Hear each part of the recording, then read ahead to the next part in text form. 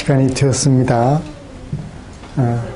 우리 다 같이 찬송가 43장 펴시고 일어나셔서 1절 부르심으로 4월 첫 주 주일 오전 예배를 하나님 앞에 드리겠습니다.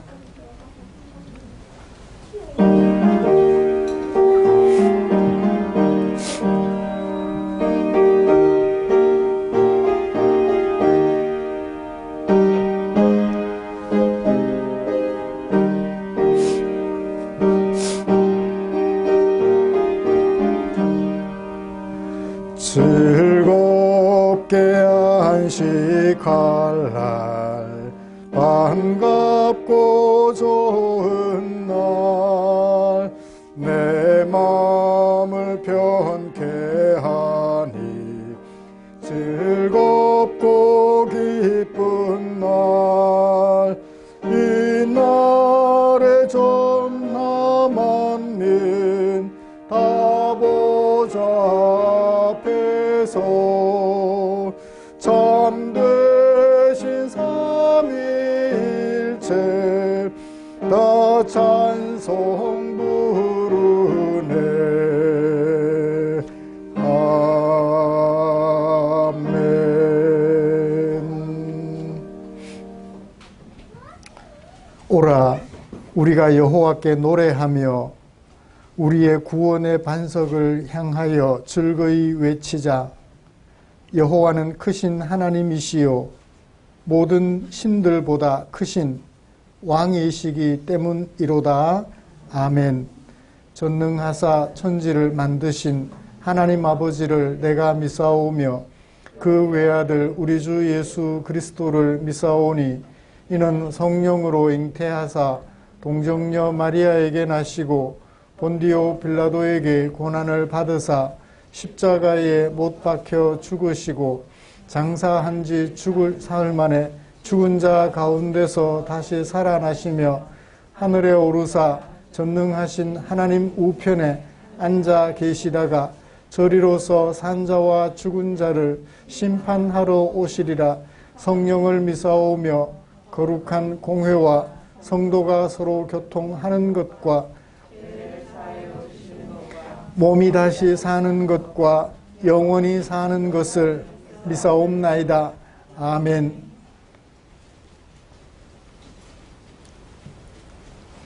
찬송가 62장입니다.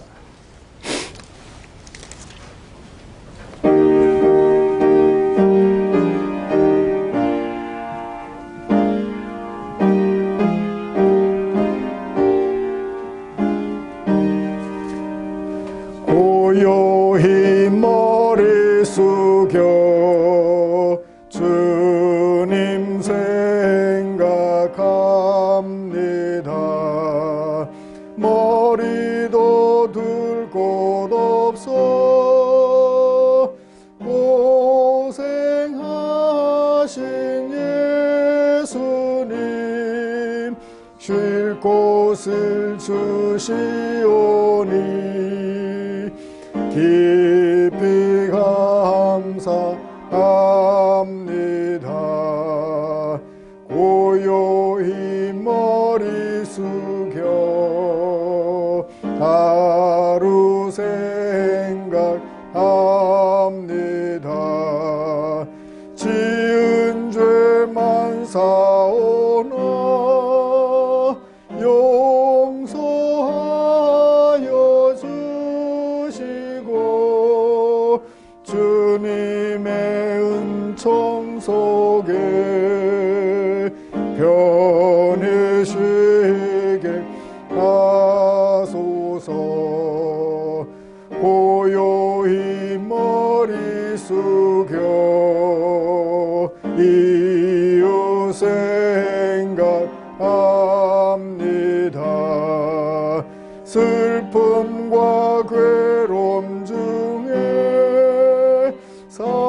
시달리는 사람들 하늘의 평강으로 고이 감사 주소서. 고요히 머리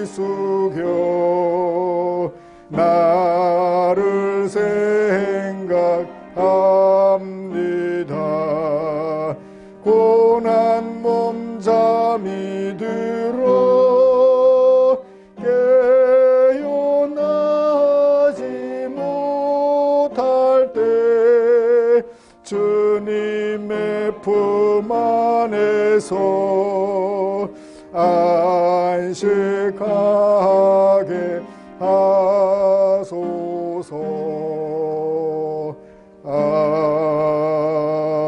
아멘.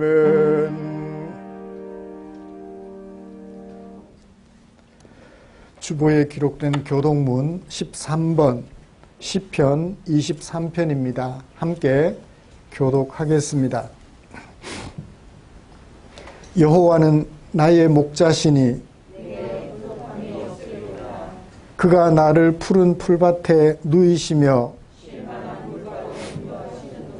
내 영혼을 소생시키시고 내가 사망의 음침한 골짜기로 다닐지라도 해를 두려워하지 않을 것은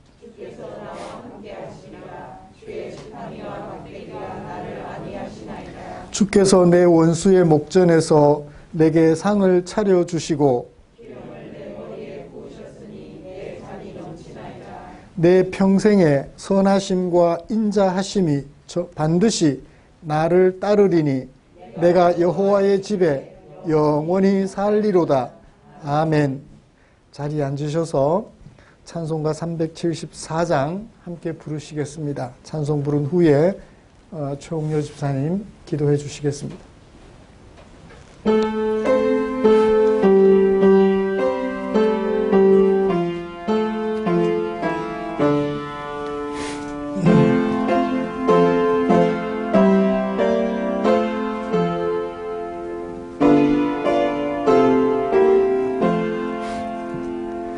나의 믿음 약할 때 주가 붙드네.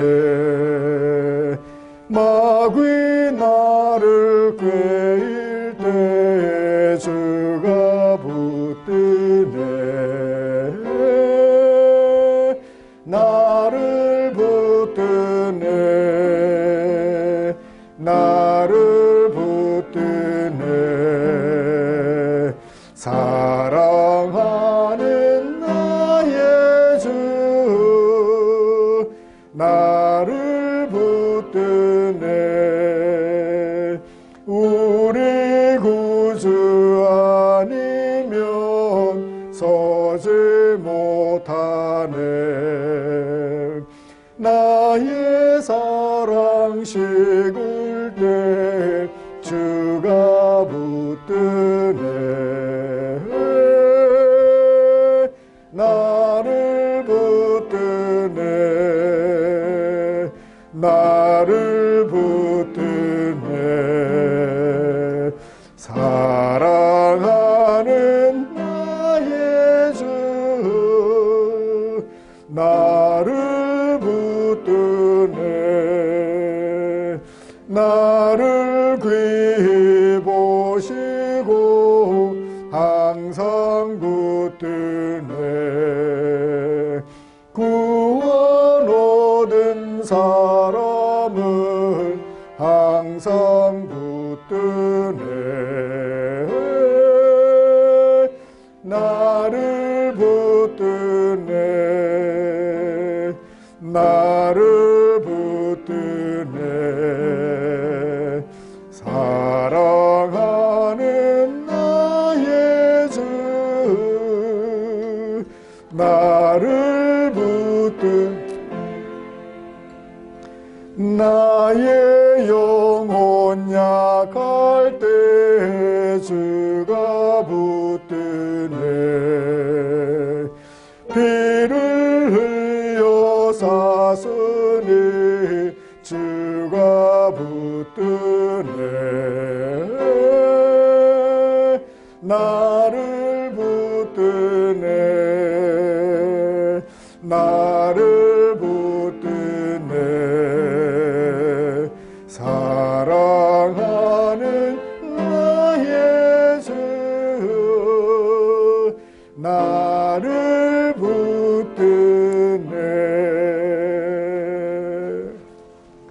아멘.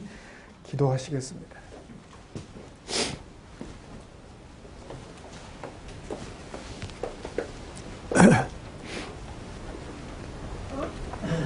기도드리겠습니다.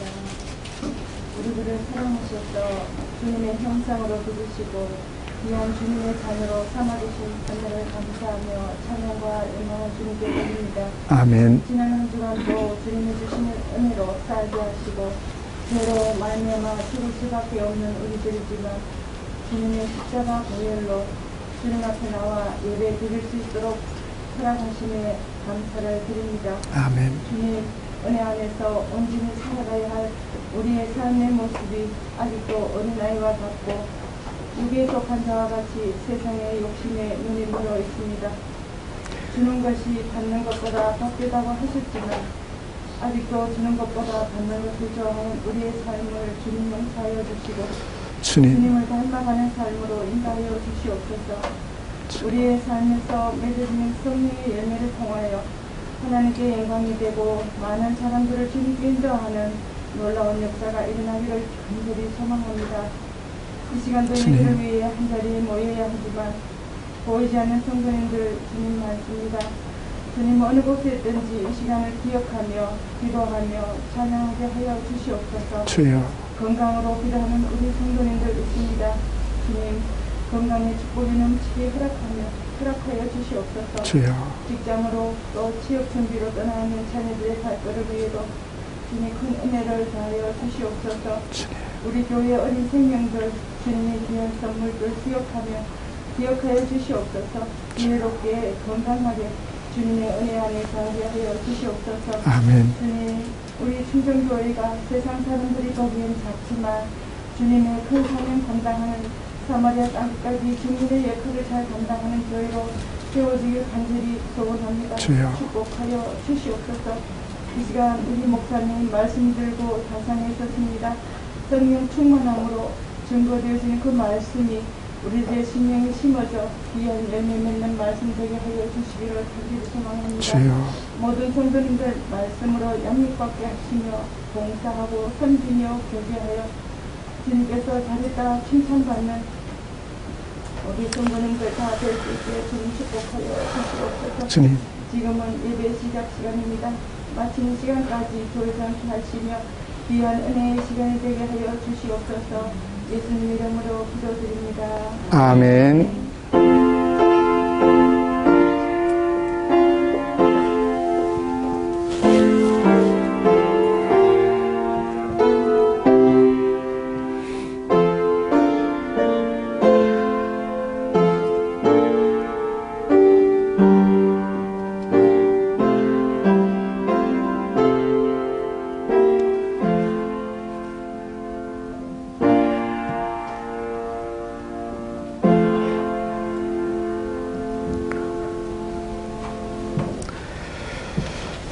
감사합니다. 오늘 함께 묵상할 하나님의 말씀은 고린도전서 7장 1절부터 7절까지입니다.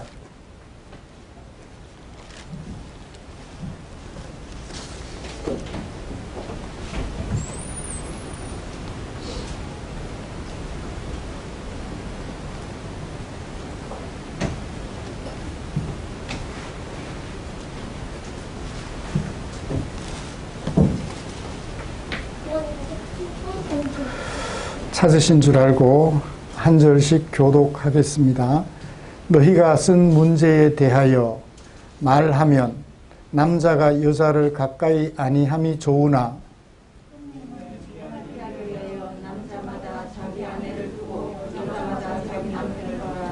남편은 그 아내에 대한 의무를 다하고 아내도 그 남편에게 그렇게 할지라.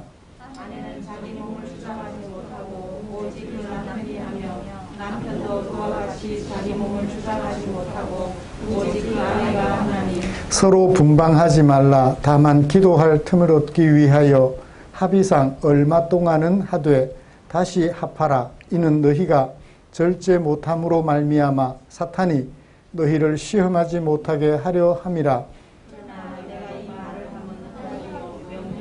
같이요. 나는 모든 사람이 나와 같기를 원하노라.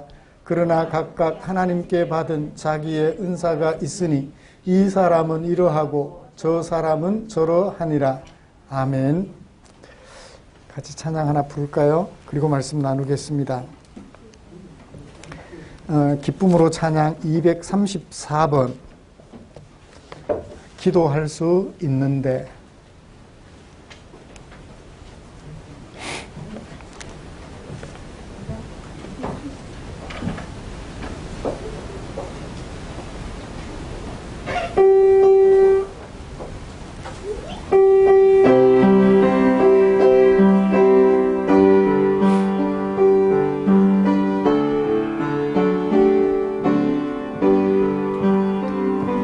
기도할 수 있는데 왜 걱정하십니까? 기도하면서 왜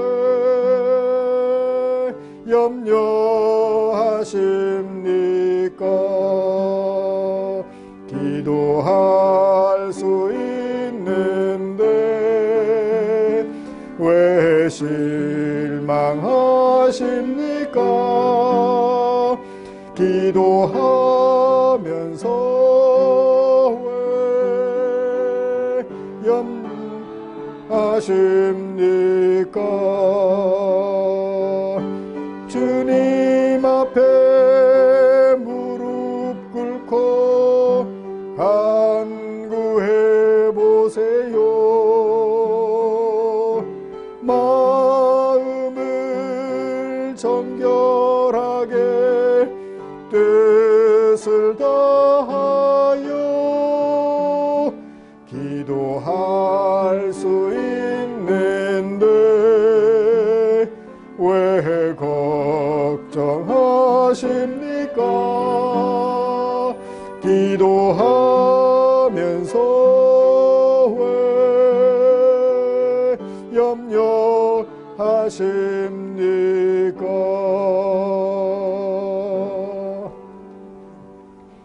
아멘.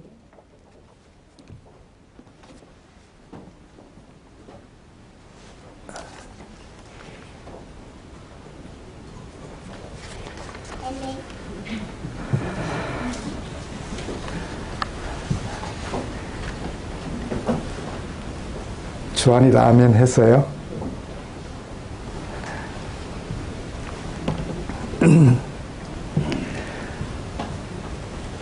우리는 지난주에 하나님의 은혜로 뭐가 되었다고 했죠? 성령의 전. 하나님이 거하시는 거룩한 성전이 되었다라고 했습니다. 성전이 된 그리스도인의 행동 방향 결정 기준에 대한 이야기를 바울의 권면을 통해서 들을 수 있었죠. 그리스도인의 행동 방향 결정 기준은 가한 것이 아니라 유익한 것이다 라고 말씀해 주셨습니다. 우리가 십자가에 못 박혀 죽임당하신 예수님을 믿음으로 율법의 어떤 정죄로부터도 자유를 얻게 된 것은 사실입니다. 우리가 어떤 행위를 해도 율법이 더 이상 우리를 정죄할 수 없어요. 그것이 예수님이 십자가에 못 박혀 죽음당하신 효력입니다. 그러나 하나님께서 다시 살리신 예수님을 구주로 영접함으로써 하나님의 자녀가 되었죠. 하나님의 성전이 되었습니다. 그러므로 우리는 율법이 그 많은 일을 할 수는 없어요. 하나님의 율법이 가지고 있는 정신은 나의 유익을 보장해 주는 것이 아니라 내가 내 몸을 들여 마음과 뜻을 다해 너의 유익을 보장하라는 것이 하나님의 율법의 정신이죠. 그러므로 우리는 하나님의 자녀로서 또 성전으로서 행동 방향을 결정할 때 가한 것이 아니라 유익한 것이어야 한다는 것을 마음속 깊이 새겼습니다. 여러분, 지난 한 주간 동안 무엇을 기준으로 행동 방향을 결정하고 생활하셨을까요? 요즘 코로나 바이러스 앞에서 우리 국민들이 보여주는 반응을 보면 마음으로 조금은 안타까워요. 바이러스 발견 초기에 국민들이 국가 방역 체계를 따른 것이 어쩌면 자기 자신을 지키기 위한 것이었지 않을까라는 생각을 하게 만들어요. 좋게 생각했거든요. 만약 너의 안전을 지켜주겠다는 목적으로 방역 생활을 철저히 했다면 지금도 여전히 그 자세를 견지해야 할 것이라고 생각이 됩니다. 나의 감염 사실을 너에게 알려주어서 어떻게 해요? 사전에 주의 조치를 하게 함으로써 너의 안전을 지켜줘야 되죠. 그렇죠? 그런데 지금 우리 국민들이 보여주는 반응은 어떠하죠? 감추기에 급급해요. 나 감염된 사실 없어 라는 식으로. 너의 안전보다는 내가 혹시 당할 손해가 있을까 걱정하여서 그냥 감기야 그런 정도로 하고 넘어가더란 얘기예요. 그렇게 할 수는 있겠지만 그렇게 하는 것이 공동체에게 유익할까요? 해가 될까요? 해가 되죠. 너의 유익을 위해서 나의 손해를 감수하는 것이 하나님의 율법일진데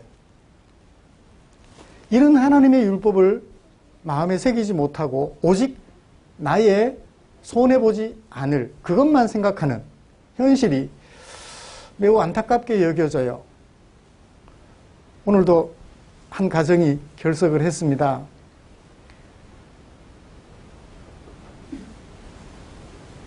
국가에서 정한 격리 기간이 지났음에도 불구하고 혹여 성도들에게 폐가 될까 싶어서 온라인으로 예배 드리겠습니다. 한 주만 더.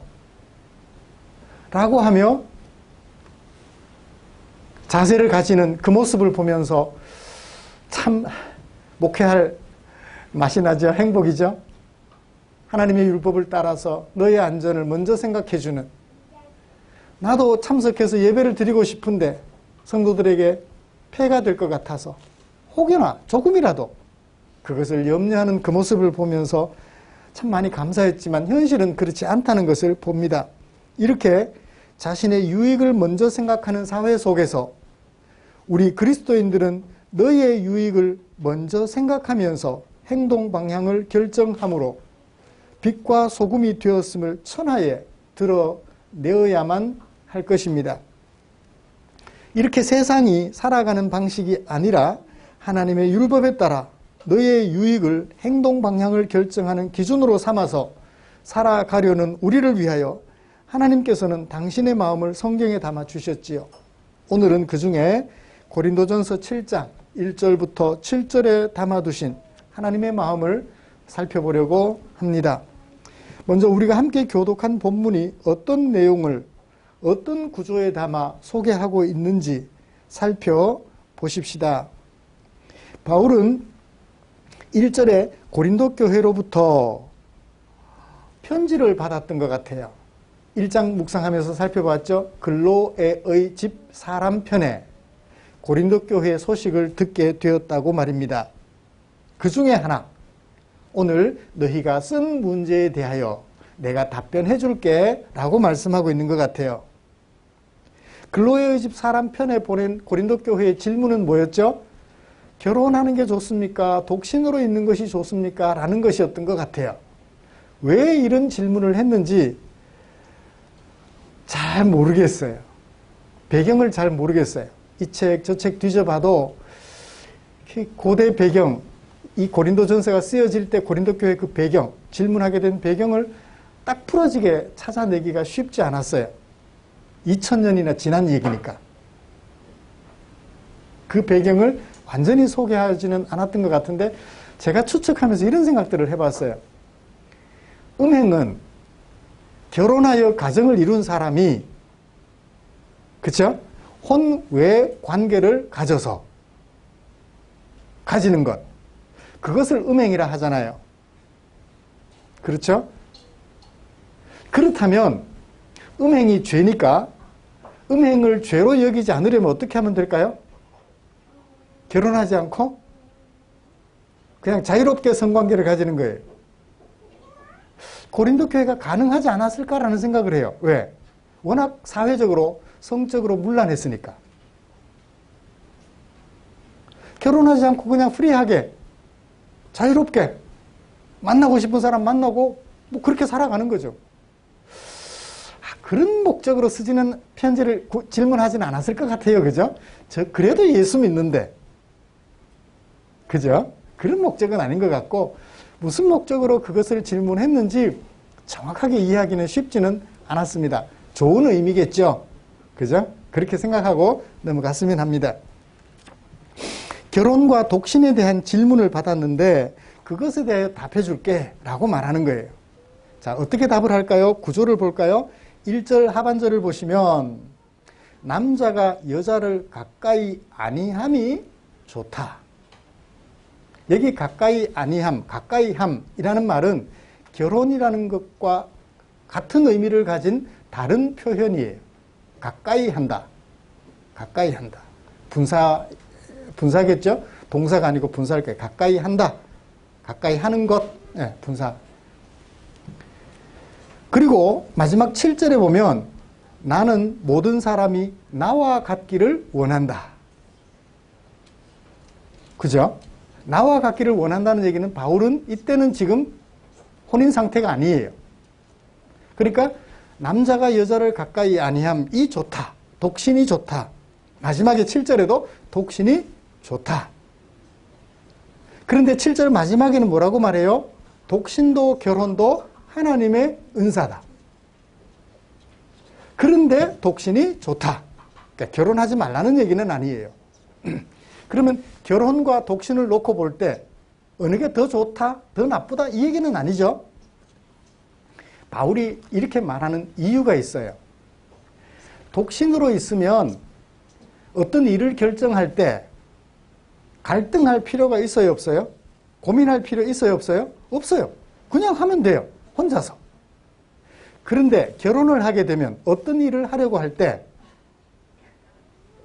그죠? 두 사람의 의견을 모아야 돼요. 항상 좋으면 좋은데 갈등이 생기면 어떻게 돼요? 아내는 이런 일을 하자 그러고 남편은 그거 하면 안 돼 그러고, 그러면 뭐가 돼요? 환란이 다가오잖아요. 갈등이 다가와요. 그러면 한 가지 일에 신속하고 그리고 대담하게 집중할 수가 없어요.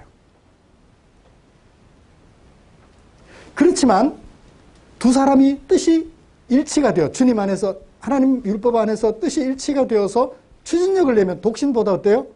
훨씬 더 잘할 수 있잖아요. 혼자 하는 것보다 둘이 뜻을 합해서 백지장도 막 들어서 하면 훨씬 더 추진력이 있겠죠. 장단점이 있어요. 그래서 결혼도 하나님의 은사요, 독신으로 지내는 것도 하나님의 은사다라고 얘기를 하는 것 같아요. 자, 독신과 결혼에 대하여 객관적인 의미를 분석한 다음에 2절부터 뭘 얘기를 해요? 마지막 6절까지 결혼에 대한 이야기를 해요. 결혼해라. 결혼해라. 결혼하는 것이 나쁜 것은 아니야. 결혼하는 것도 독신으로 지내는 것만큼이나 좋은 거야 라고 얘기를 하기는 하는 것 같아요. 그리고 결혼에 대한 얘기를 이제 설교를 합니다. 그래서 오늘 본문은 독신으로 지내라는 것이 주제가 아니고 결혼해서 결혼 생활을 어떻게 하라는 것이 주제임을 알 수가 있겠죠. 그래서 1절과 7절이 대칭을 이루고 있고 그 사이에 결혼에 대한 이야기를 핵심적으로 많이 하고 있다는 것을 이해할 수 있겠습니다. 이런 말씀을 가지고 먼저 그리스도인에게서 독신과 결혼, 그것의 정의와 목적을 좀 간단하게 살펴보고자 합니다. 그리고 이어서 결혼한 것을 전제로 3절에서 6절 말씀을 통하여 이상적인 결혼 생활에 대하여 바울의 권면을 살펴보면서 오늘 설교를 마무리하려고 합니다. 그리스도인에게 있어서 독신과 결혼, 이것이 어떤 의미가 있을까라는 것을 좀 먼저 살펴보십시다. 먼저 그리스도인에게서 어떤 의미가 있고 결혼은 어떤 의미가 있는지, 그리고 그 목적은 무엇이어야 하는지 살펴보자고요. 고린도 교회가 질문을 했어요. 그죠? 네가 쓴 문제에 대하여, 쓴 것에 대하여, 문제에 대하여 라고 얘기를 했어요.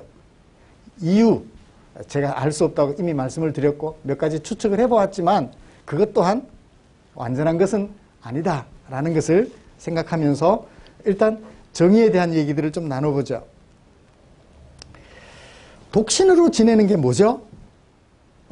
남자가 혼자 지내는 거예요.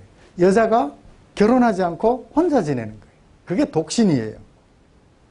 결혼이란요, 남자가 여자와 결혼하는 것, 여자가 남자와 함께 하는 것, 그게 결혼이에요.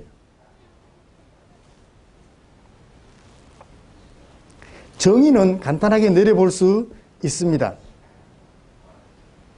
근데 이 두 가지 다가 뭐다? 하나님의 은사다. 어느 것 하나는 하나님의 은사가 아닌 인간의 생각이고 어느 것 하나는 하나님의 은사다라고 표현하지 않고 이 두 가지 다 하나님이 우리에게 주신 선물이다라고 얘기를 하고 있어요. 왜 그것이 은사가 될 수 있을까요? 선물이 될 수 있을까요? 왜 결혼이나 독신이 하나님의 선물이 될 수 있을까요? 어떻게 살아도 주를 기쁘시게 할 수 있는 도구가 되기 때문에 그래요. 7장 32절부터 34절의 얘기를 좀 우리에게 대꾸법을 이용해서 잘 표현해주고 있는데요. 시집 간 자는, 시집가지 않은 자는, 장가 간 자는, 장가가지 않은 자는 이라고 얘기를 해주죠. 대꾸법을 이용해서 우리에게 얘기를 해줘요. 그죠? 그 공통적으로 드러나는 게 뭐죠? 세상의 일과 주의 일이에요. 주의 일과 세상의 일이 다른가요? 사실 이 주 중반쯤 이번 주 설교를 가지고 아내와 얘기를 했어요. 고린도전서 7장 1절에 있는 이 결혼에 대한 이야기를 설교해도 될까, 강단에서? 노골적인 얘기들이 좀 많이 나오니까 꼭 성교육 시간 같은 거니까 이거를 얘기를 해도 될까? 근데 우리는 어떤 사람이에요? 6장 20절 19절에 성전이라 그랬잖아요. 하나님이 거하시는 성전이에요. 성전, 거룩함은 어디에서도 드러나야 된다?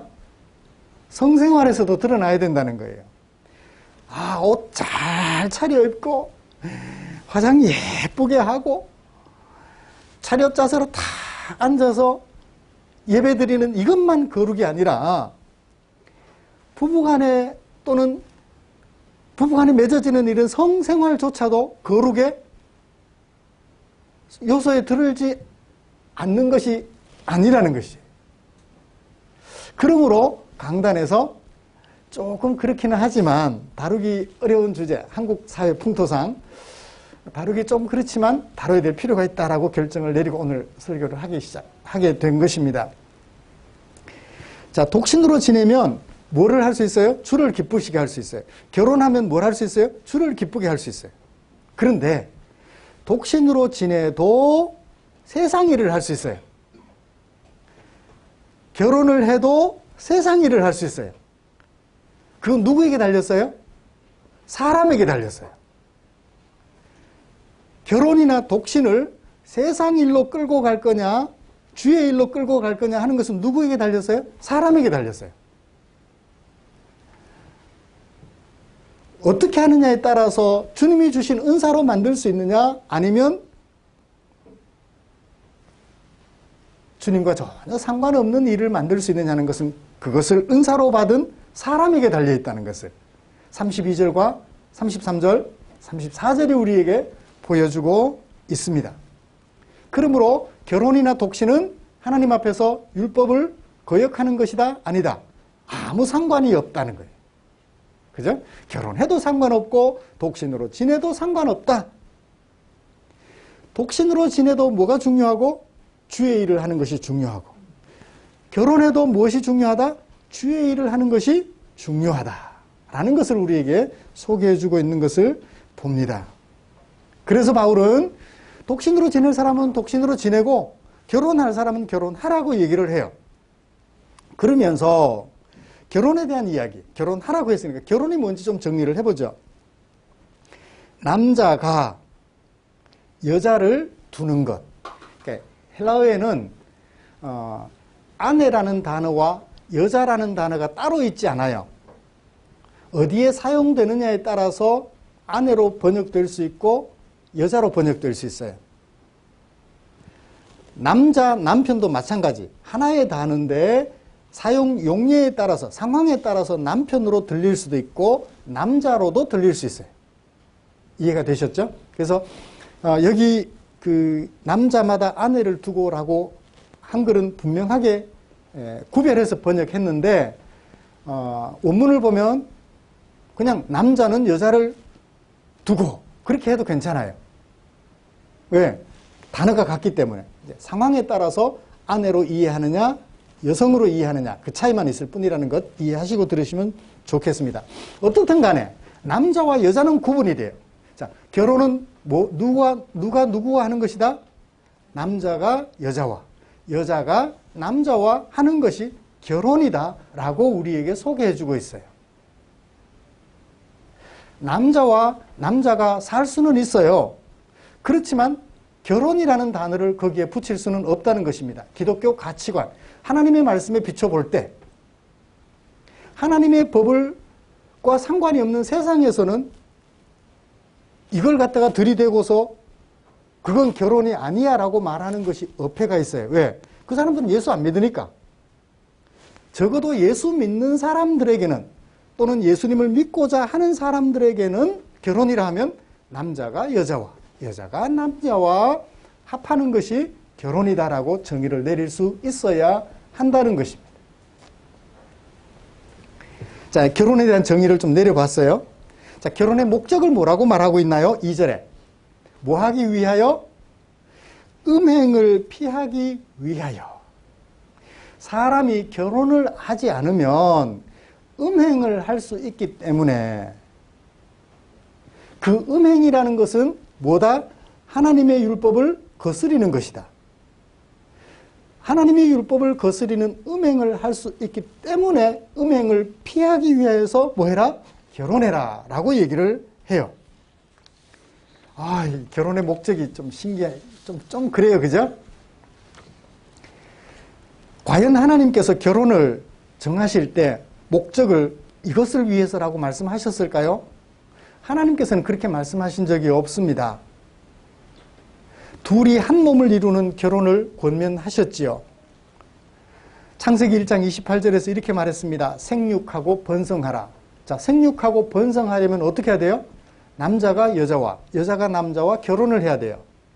남자가 남자와 여자가 여자와 결혼을 하면 생육하고 번성하는 것은 불가능합니다. 이건 제가 설명을 안 드려도 이해하시죠? 생육이 안 돼요. 자녀 출산이 안 됩니다. 이런 말씀에 따라서 출애굽기 1장 7절에 보면 애굽에서 종로로 타는 이스라엘 백성들이 어떻게 돼요? 그 종로로 타면서 고달픈 생활 속에서도 생육하고 번성하는 일이 있어서 애굽 왕이 어떻게 생각할 정도로? 겁낼 정도로. 자기 민족 수는 적은데 이스라엘 백성들의 수는 너무너무 많아지니까 고생을 시켜도 생육하고 번성하는 것은 놀랍도록 확장되고 있으니까. 그리고 말씀하셨습니다. 이러므로 남자가 부모를 떠나 그의 아내와 합하여 둘이 한 몸을 이룰지로다. 남자와 여자를 지으신 후에 그렇게 하나님이 명령하셨어요. 세월이 지난 오늘도 하나님께서는 택하신 백성들을 불러 당신의 백성으로 삼으시려고 누구와 누구를 결혼시키셨어요? 저희 아버지와 어머니를 결혼시키셨어요. 저를 구원하시려고. 그죠? 그러므로 결혼의 제1목적은 뭐죠?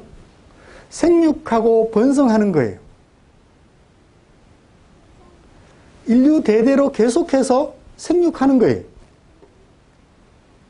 이런 목적을 생각하면 결혼은 남자와 여자가 또는 여자가 남자와 무엇을 목적으로?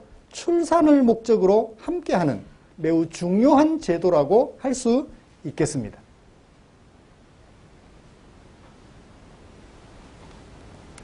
자, 이런 첫 번째 중요한 목적에 이어서 바울은 뭘 덧붙였나요? 음행을 피하기 위한 수단이다라고 결혼을 얘기를 해요. 음행이라는 게 뭐냐 하면 6장 18절에도 살펴보았던 것처럼 제7계명을 범하는 거예요. 자, 음행, 간음을 하게 되면 누가 손해를 입어요? 상대방, 내가 음행한 상대방, 가족이 피해를 입어요. 그러므로 음행함으로 나의 욕구는 충족시켰을지 모르지만 나의 욕구 충족으로 말미암아 음행을 한 상대방의 가정은 풍비박산 나는 거예요. 하나님의 율법은 누구의 유익을 위한다고요? 너의 유익을 위한다고 그랬습니다. 그런데 음행은 나의 욕구를 충족시키는 거예요. 나의 유익을 위한 거죠. 범죄 행위예요. 지켜주어야 할 너의 가정을, 내 몸을 가지고 파괴하는, 옳지 못한 결과를 초래하는 것이 음행이라는 것을 우리는 알게 되는데요. 이 음행을 피하려면 그것을 누구와 함께 욕구 해소를 하라? 아내와 더불어 남편과 더불어 욕구를 해소함으로써 결혼이라는 제도 안에서 해소함으로써 너의 가정을 무너뜨릴 수 있는 위험, 음행을 피하라고 말씀하고 있는 것입니다. 사랑하는 성도 여러분, 결혼하여서 생육하고 번성하기도 하고 음행도 피함으로 너의 가정도 지켜주고 나의 부부 생활도 행복하게 하는 아름다운 성도들이 되시기를 주님의 이름으로 축복합니다. 그러니까 하나님의 계명을 지키기 위한 방편으로서 결혼을 생각해 볼 수 있다는 것입니다. 생육하고 번성하는 이 목적을 위해서도 결혼이라는 제도가 필요하지만 음행을 피하기 위한 방편으로서 결혼이라는 제도도 충분히 활용 가능하다는 것을 우리에게 소개해 주고 있는 것입니다. 자, 그러면 결혼했다면 그 가정을 어떻게 유지할 것인가? 바울은 3절부터 6절에 말씀해 주고 있습니다. 자, 첫 번째, 결혼했다면 그 목적을 달성해야 되잖아요. 무슨 목적? 출산 목적은 여기는 거론하지 않고 있습니다. 음행을 피하기 위한 목적으로서 결혼을 얘기를 하고 있어요.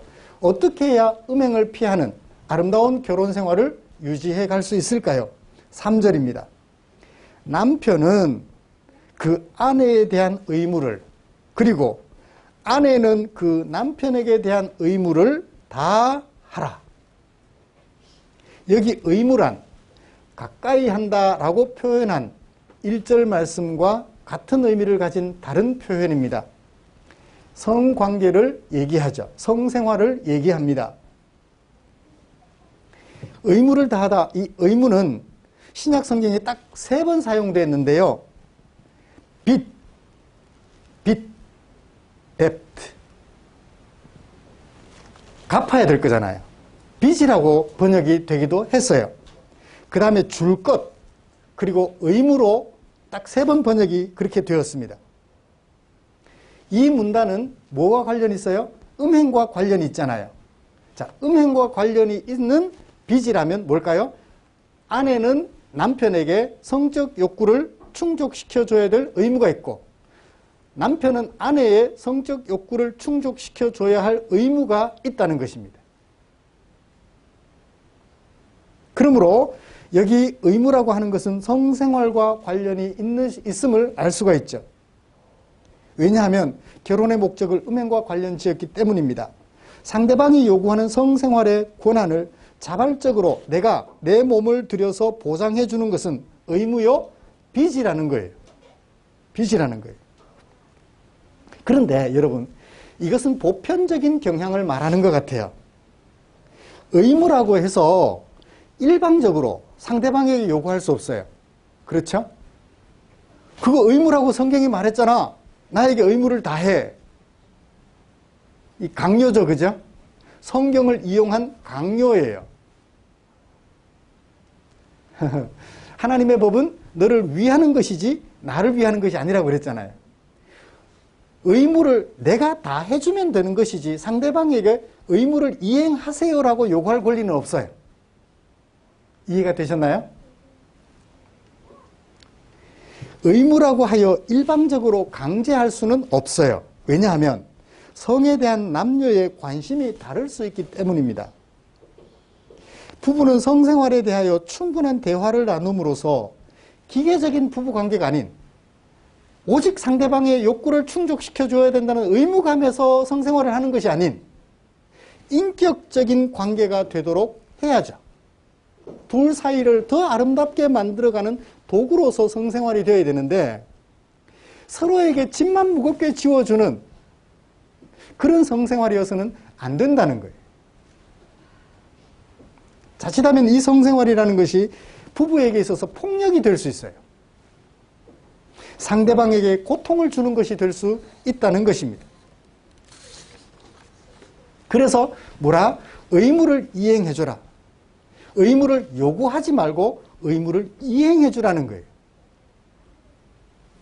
그 다음 이 결혼 생활을 아름답게 음행을 피하기 위한 결혼의 이 목적을 잘 유지하려면 어떻게 해야 될까요? 4절 아내는 자기 몸을 주장하지 마라. 남편도 마찬가지로 자기 몸을 주장하지 마라. 자, 주장한다라는 말은 권리 행사를 한다는 얘기예요. 아내는 자기 몸에 대하여 권리 행사를 누가 해야 돼요? 내 건데, 내 몸은 내 건데 라고 하는 것이 아니라 내 몸의 주장 권리는 남편에게 결혼하는 순간 넘어간다는 거예요. 남편의 주장 권리는 결혼하는 순간 아내에게 넘어간다는 것을 우리에게 소개해주고 있습니다. 주장한다. 내 몸에 대한 권한, 사용 권한을 상대방에게 위탁한다라는 얘기죠. 결혼한 이상 자신의 몸이라고 해서 자기 몸을 자기 마음대로 할 수 없게 된다는 것입니다. 서로에게 속박된다는 얘기죠. 예수 믿는다는 것도 똑같아요. 우리가 예수님을 믿는다는 것은 예수님에게 속박된다는 거예요. 예수님 또한 우리에게 속박이 돼요. 하나님은 우리에게 권리를 주셨어요. 무슨 권리? 자녀의 권리를 주셨어요. 우리는 뭘 하나님께 드려야 되나요? 의무. 자녀로서 의무를 행사해야 하지요. 그것처럼 부부간에도 그러하다는 것입니다. 결혼을 하게 되면 나의 몸에 대한 주장권이 누구에게 넘어가고 남편에게 넘어가고 상대방에게 배우자에게 넘어가고 나에게는 뭐가 주어지고 의무가 주어진다라는 것을 소개해주고 있습니다. 만약 부부가 결혼 후에도 내 몸은 내 거야 라고 말하며 주권을 여전히 주장한다면 어떻게 될까요? 반대로 부부가 쌍방간에 자신의 몸에 대한 주권을 위탁한다면 어떻게 될까요? 자신의 몸으로 자신의 요구를 충족시키려 하기보다는 상대방의 요구를 충실히 이행해 주려고 함으로써 갈등보다는 화평을 만들어갈 수 있겠죠. 이런 의미에서 3절과 4절을 비교해보면 3절은 능동적으로 상대방의 요구를 충족시켜주는 의무는 내가 할 것이지 상대방이 내게 요구할 것은 아니다. 권리는 상대방에게 넘겨주어서 상대방이 행사하도록 해주는 것이다 라는 것을 이해할 수 있겠습니다. 다만 뭐는 할 수 있어요? 5절 분방은 할 수 있어요. 무엇을 위해서? 기도를 위해서. 기도는 왜 해요? 기도는 왜 해요? 부부 사이에 부부가 함께 해결해야 할 일이 있어요. 그러면 어떻게 해요? 내 생각이 다르고 네 생각이 달라요. 배우자 간 생각이 달라요. 그럼 어떻게 해요? 분방을 해서 서로 말씀을 묵상하면서 생각해보고 기도하는 거예요. 다투기 전에 뭐부터 해요? 분방을 해서 생각을 해보는 거예요. 차분하게. 서로 하나님 앞에서 이게 좋을까 저게 좋을까 행동 방향 결정 기준을 앞에 놓고 고민하며 고민하다가 자 뜻이 모아졌어요. 그럼 어떻게 해요? 다시 만나서 의논해야 되겠죠. 결국 분방을 허락한 이유는 뭘까요? 부부는 서로를 위해 주지 않고 누구를 생각하면서 주의 일을 생각하면서 살아야 하는 존재라는 거예요. 오직 남편의 욕구만 충족시켜주고 아내의 욕구만 충족시켜주는 것이 부부가 아니라 부부는 뭐 하는 사람? 기도하는 사람. 주의 뜻을 유념하는 사람이라는 거예요.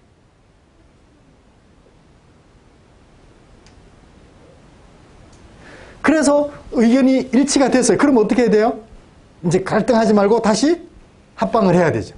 원래대로 권리와 의무를 서로에게 행사해주면서 서로를 위하여 의무를 이행해주면서 아름다운 부부관계를 이루어 가야 되겠죠. 말씀을 마치겠습니다. 사랑하는 성도 여러분, 하나님의 은사, 결혼이라는 것은 하나님의 은사임에 틀림이 없습니다. 이것을 우리가 어떻게 활용하느냐에 따라서 결혼을 통하여 시너지 효과를 얻어 주의 일에 더욱 힘쓸 수 있고, 반면에 우리가 어떻게 하느냐에 따라서 갈등하다가 매사에 갈등하다가 지지고 볶고 싸우고 나중에는 폭력까지 행사하고 이혼하게 될 수도 있을 것 같아요. 바라기는 하나님이 주신 은사인 줄 알아 합방했다가 분방했다가 하면서 둘이 어떻게 해요? 하나님의 뜻을 잘 찾아 아름다운 부부관계, 아름다운 결혼생활을 유지해가는, 죽음이 갈라놓을 때까지 결혼생활을 유지해가는 아름다운 우리 성도들 되시기를 주님의 이름으로 축복합니다. 기도하겠습니다. 좋으신 하나님 고맙습니다. 하나님의 성전으로서 거룩한 삶이란 결혼한 부부 사이에 성생활에서도 드러나야 한다는 것을 살펴보았습니다. 내밀한 얘기고 둘만의 은밀한 얘기라서 입에 담기가 쉽지는 않았지만, 그러나 주께서 바울을 통하여 기록해 준 말씀이기에 살펴보았습니다. 우리 사랑하는 성도들, 미혼인 성도들은 이런 말씀을 마음에 새겨 결혼을 선택하든 독신을 선택하든 너를 유익하게 하는 아름다운 하나님의 일에 최선을 다하는 우리 성도들 되게 하시고, 결혼을 했더라도 오직 자신의 욕구 충족을 위하여 상대방을 이용하기보다는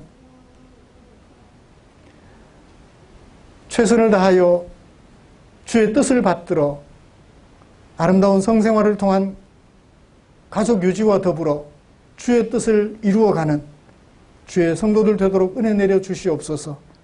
우리를 사랑해 주신 주께 감사드리며 예수님의 이름으로 기도드리옵나이다. 아멘. 찬송가 634장 부르시면서 준비한 헌금 드리겠습니다.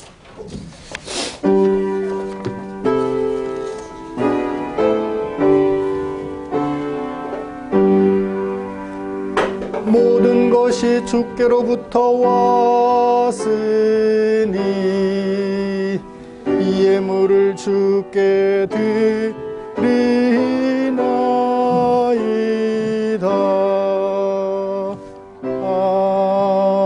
아멘.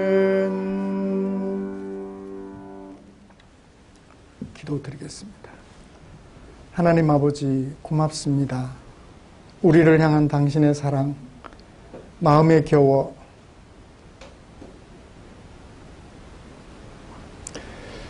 나 아닌 너에게 힘이 되기를 바라는 마음에 내게 사용하라고 맡겨주신 물질 가운데 얼마를 헌금으로 구별하고 교회에 드렸습니다. 오직 하나님의 법을 쫓아 주의 일을 힘쓰는 사랑하는 성도들, 그 마음 보시고 당신의 따뜻한 품에 안아주시며 사랑의 손으로 토닥여 주시옵소서. 드린 물질 축사해 주시기를 원합니다.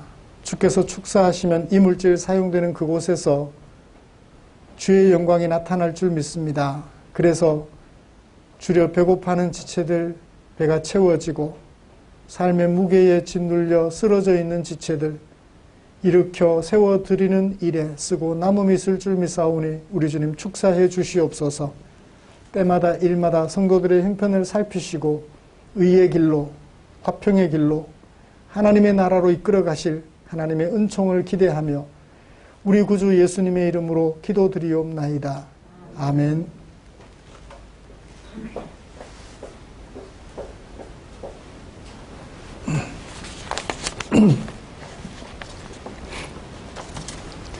교회 소식 알려드리겠습니다. 다음 주 기도 권영목 집사님이십니다.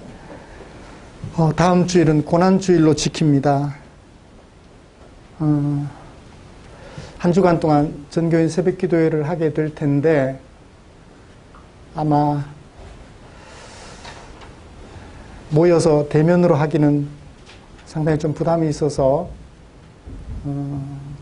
전날 저녁에 전교인 새벽기도회로 모이고 예배 드리며 녹화해가지고 저녁에 보내드리겠습니다.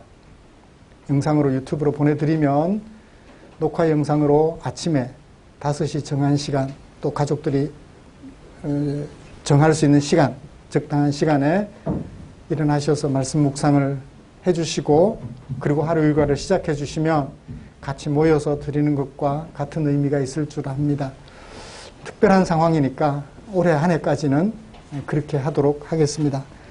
고난주간 전교인 새벽기도회 꼭 기억해 주시면 고맙겠습니다.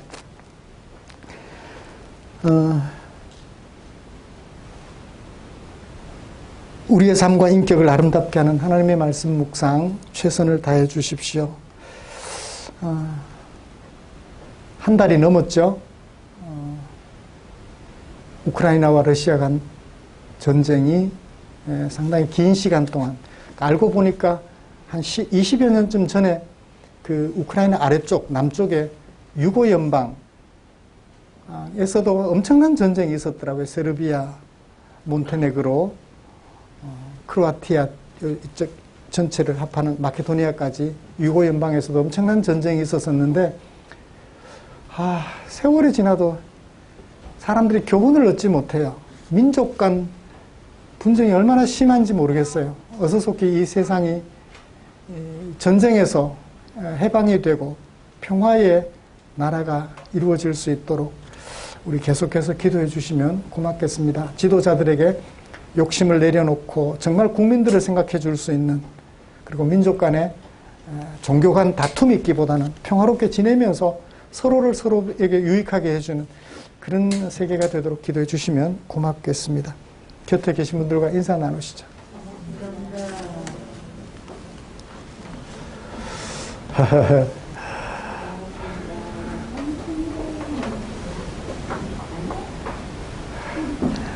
2021년, 2022년 겨울 지내느라고 주안에 고생했어? 힘든 겨울이었어.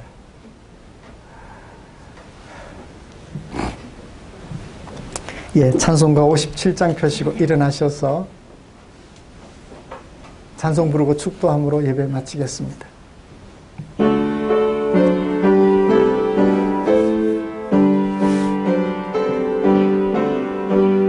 오늘 주신 말씀에 새 힘 얻어서 세상으로 나가서 살아갈 때에 나 혼자 힘으로 늘 부족하오니 주여 나를 도우사 승리하게 하소서. 아멘. 기도하겠습니다. 우리 구주 예수 그리스도의 은혜와 하나님 아버지의 지극하신 사랑하심과 성령 하나님의 인도하시고 위로 충만 교통 격려하시는 은혜가 이제 우리에게 결혼과 독신이라는 은사를 허락해 주시고 그것을 통하여서 사탄의 시험도 이겨내고 오직 주를 위하여 함께 뜻을 모아 살아갈 수 있도록 귀한 은총 베푸신 주께 감사드리며 우리에게 허락한 이 결혼이라는 제도를 잘 활용하여 주의 일을 더욱 힘쓰는 아름다운 부부로 세워져 가기로 다짐하며 예배를 마치는 모든 지체들 위해 지금부터 영원토록 함께 계시기를 축원하옵나이다. 아멘.